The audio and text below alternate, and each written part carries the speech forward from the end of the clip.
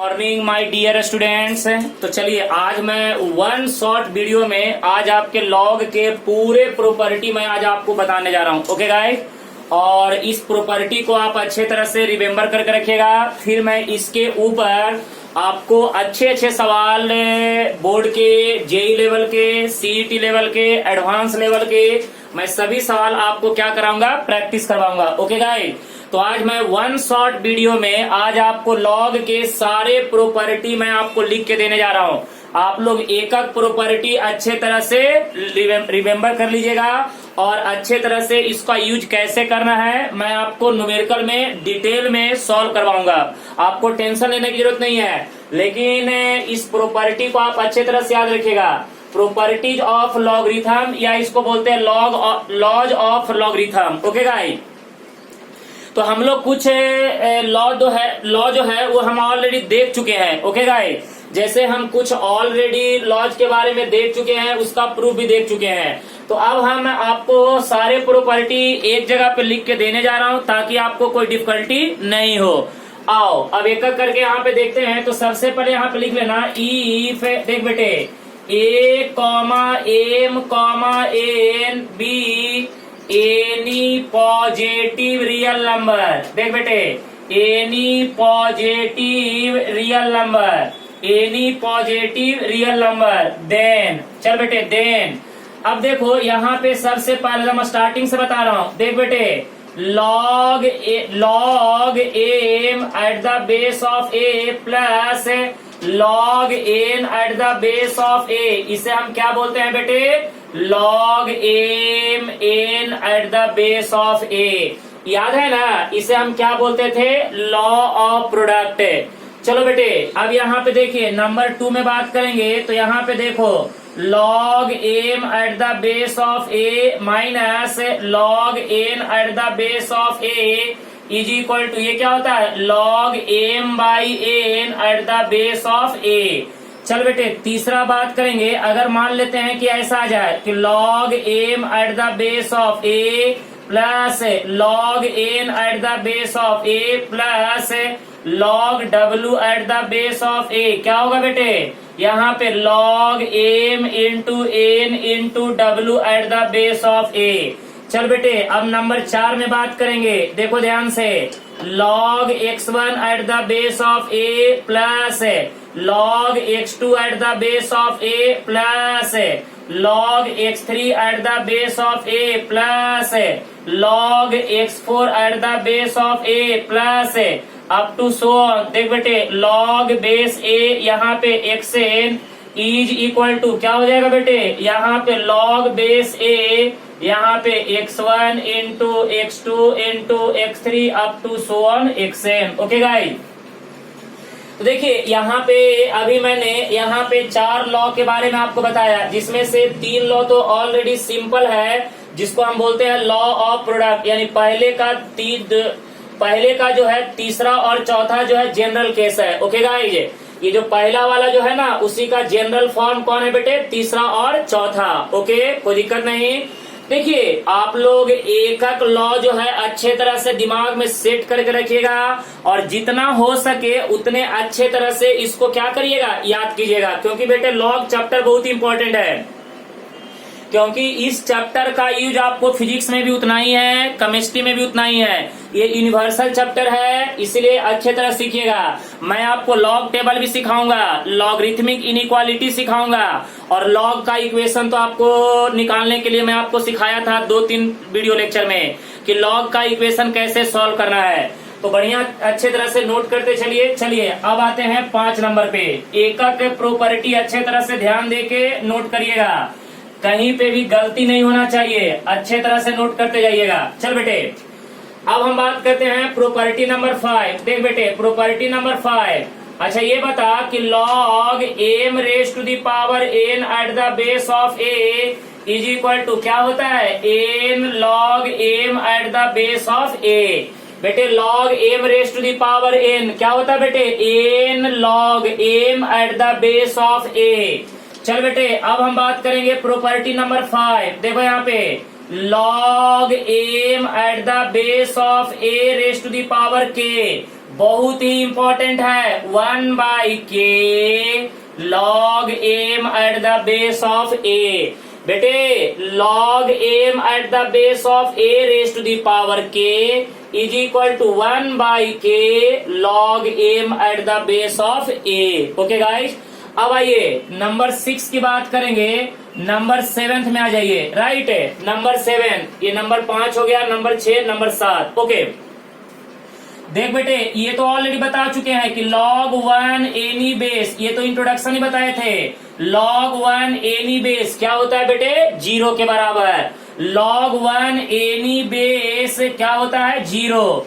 Number देख बेटे, number 8 में आ जा। उसके बाद ये भी बताए थे ना कि जैसे log a at the base of a is equal to, देख बेटे, log b at the base of b is equal to, यहाँ पे देखो log 10 at the base of 10। इन सब का कीमत होता है 1 के बराबर। इन सब का कीमत कितना होता है बेटे? 1 के बराबर।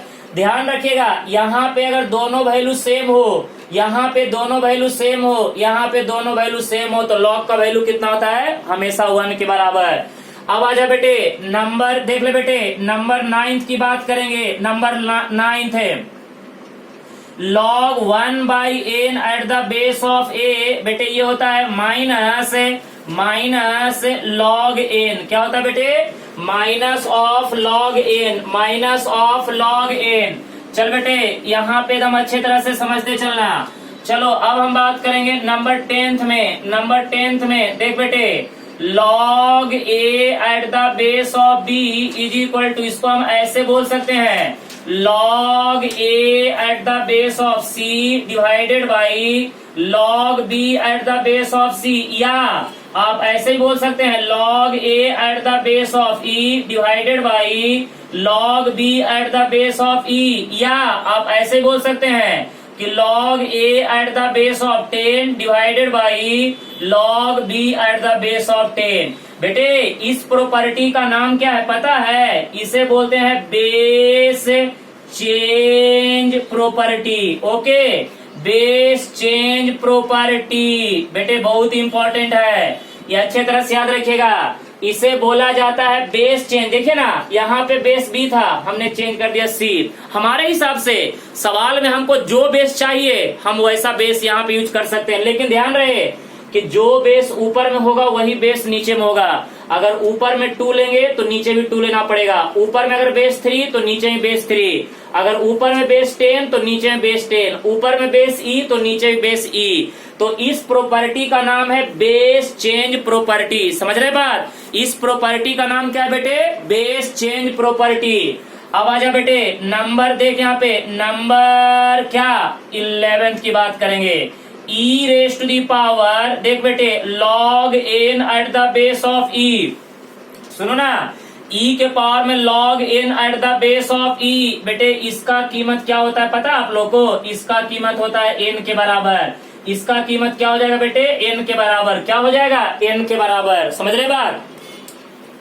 e के पावर में log n at the base of e is equal to n। n को क्या बोलते हैं? Napier constant. पता है ना, आपको बता चुके थे बेसिक इंट्रोडक्शन में, आपको बता चुके थे n is known as Napier constant और e का वैल्यू कितना होता है? 2.71832 डॉट डॉट डॉट चलते जाता है। This is called irrational number. बेटे e is known as Napier constant और e का वैल्यू कितना होता है? 2.71382। ओके गाइस, अब चल बेटे उसके बाद यहाँ पे आ जा, सवाल नंबर 12 में आ जा। a raise to the power, देख यहाँ पे, a raise to the power log n at the base of a। a भी किसके बराबर होता है बेटे? n के बराबर। किसके बराबर होता है? n के बराबर। किसके बराबर? n के बराबर। ओके गाइज, अब चलिए यहाँ पे देखिए, a raise to the power log n at the base of a is equal to क्या होगा? n के बराबर।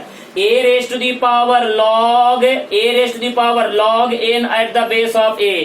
देखिए आप इसको ऐसे भी समझ सकते हैं। आप देखिए ना, इसको यहाँ पे चेंज कर दीजिए, इसको यहाँ पे चेंज कर दीजिए, तो जरा इंटरचेंज कीजिए तो देखिए n raise to the power कितना हो जाएगा? log a at the base of a। और बेटे ये बताओ कि ये दो वैल्यू सेम रहे तो log का वैल्यू कितना होता है? 1। तो n raise to the power 1 is equal to क्या हो जाएगा, n के बराबर, यही तो हम लिखे हैं। तो देखिए यहाँ पे ये दोनों प्रॉपर्टी मिलता जुलता है, ध्यान से देखिएगा। a raise to the power log n at the base of a is equal to क्या हो जाएगा, n के बराबर। e raise to the power log n at the base of e किसके बराबर हो जाएगा, n के बराबर। समझ रहे बात। और बेटे आपको मैं बताया था कि किसी भी log का अगर बेस 10 है तो उसे कौन सा log बोलते हैं, कॉमन लॉग बोलते हैं। कौन सा लॉग, कॉमन लॉग। और किसी भी लॉग का बेस अगर ई है तो उसे बोलते हैं नेचुरल लॉग और नेपेरियन लॉग, बराबर है ना। ये ध्यान रखिएगा, बेस ई वाले को हम कौन सा लॉग बोलते हैं बेटे, नेचुरल लॉग और नेपेरियन लॉग। और बेस 10 वाले लॉग को हम क्या बोलते हैं बेटे, कॉमन लॉग। ये ऑलरेडी बता चुके हैं, आपको टेंशन लेने की जरूरत नहीं है। कोई भी चीज आपको अच्छे तरह से समझते चलना है, और इतना हार्ड चैप्टर नहीं है, चैप्टर आसान है, बस इंटरेस्ट लीजिए। चलो बेटे ये हो गया प्रॉपर्टी नंबर 12, राइट ना। अब आ जाओ प्रॉपर्टी नंबर 13 की बात करेंगे, सुनो ना। प्रॉपर्टी नंबर 13, देख बेटे प्रॉपर्टी 13 की बात करेंगे तो क्या है, देखिएगा 30 नंबर प्रॉपर्टी की बात करेंगे तो यहाँ पे log m by n at the base of a is equal to, इसको आप ऐसे बोल सकते हैं, माइनस log a यहाँ पे n बाई m। अब ये जरा समझिएगा, यहाँ पे देखिए अगर आप इसको चाहिए तो आप आसानी से प्रूव भी कर सकते हैं। जैसे देख बेटे, अगर आपको ये पता होगा कि log m at the base of a माइनस log n at the base of a is equal to क्या होता है, log m by n at the base of a। और बेटे यहाँ पे दोनों में से अगर माइनस कॉमन लेके बाहर निकाल दो तो क्या हो जाएगा, log n at the base of a माइनस log m at the base of a is equal to क्या हो जाएगा, log बेस a, यहाँ पे क्या हो जाएगा m बाई n। और बेटे log n minus log m क्या हो जाएगा, n बाई m। तो माइनस ऑफ कितना हो जाएगा, log n by m at the base of a is equal to क्या होगा बेटे, log m by n at the base of a।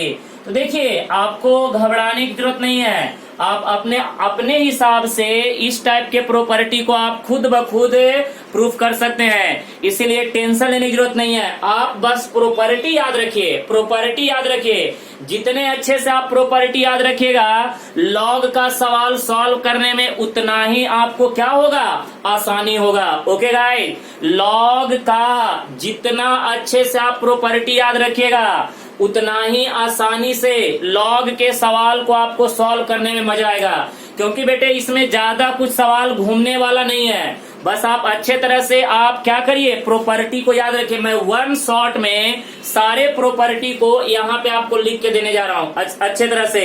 जो भी आपको डाउट होगा तो प्लीज आप मेरे से पूछ सकते हैं। ओके गाइस, आ जाइए। तो ये हो गया प्रॉपर्टी नंबर 13। अब देख बेटे प्रॉपर्टी नंबर 14 की बात करेंगे तो देखो property number 14, a raise to the power, सुनना, a raise to the power क्या, a raise to the power यहाँ पे लेते हैं क्या, n at the base of a, right ना। या फिर यहाँ पे ले लो कुछ अलग, c लेते हैं, c ले लो। देखो यहाँ पे लेते हैं a raise to the power log c at the base of a, right. यहाँ पे a raise to the power log c at the base of a, okay. या फिर नहीं, इसको आप ऐसे कर लीजिए, इस तरह से थोड़ा सा और चेंज कर लीजिए, b कर लीजिए, b कर लीजिए तो और क्लियर हो जाएगा।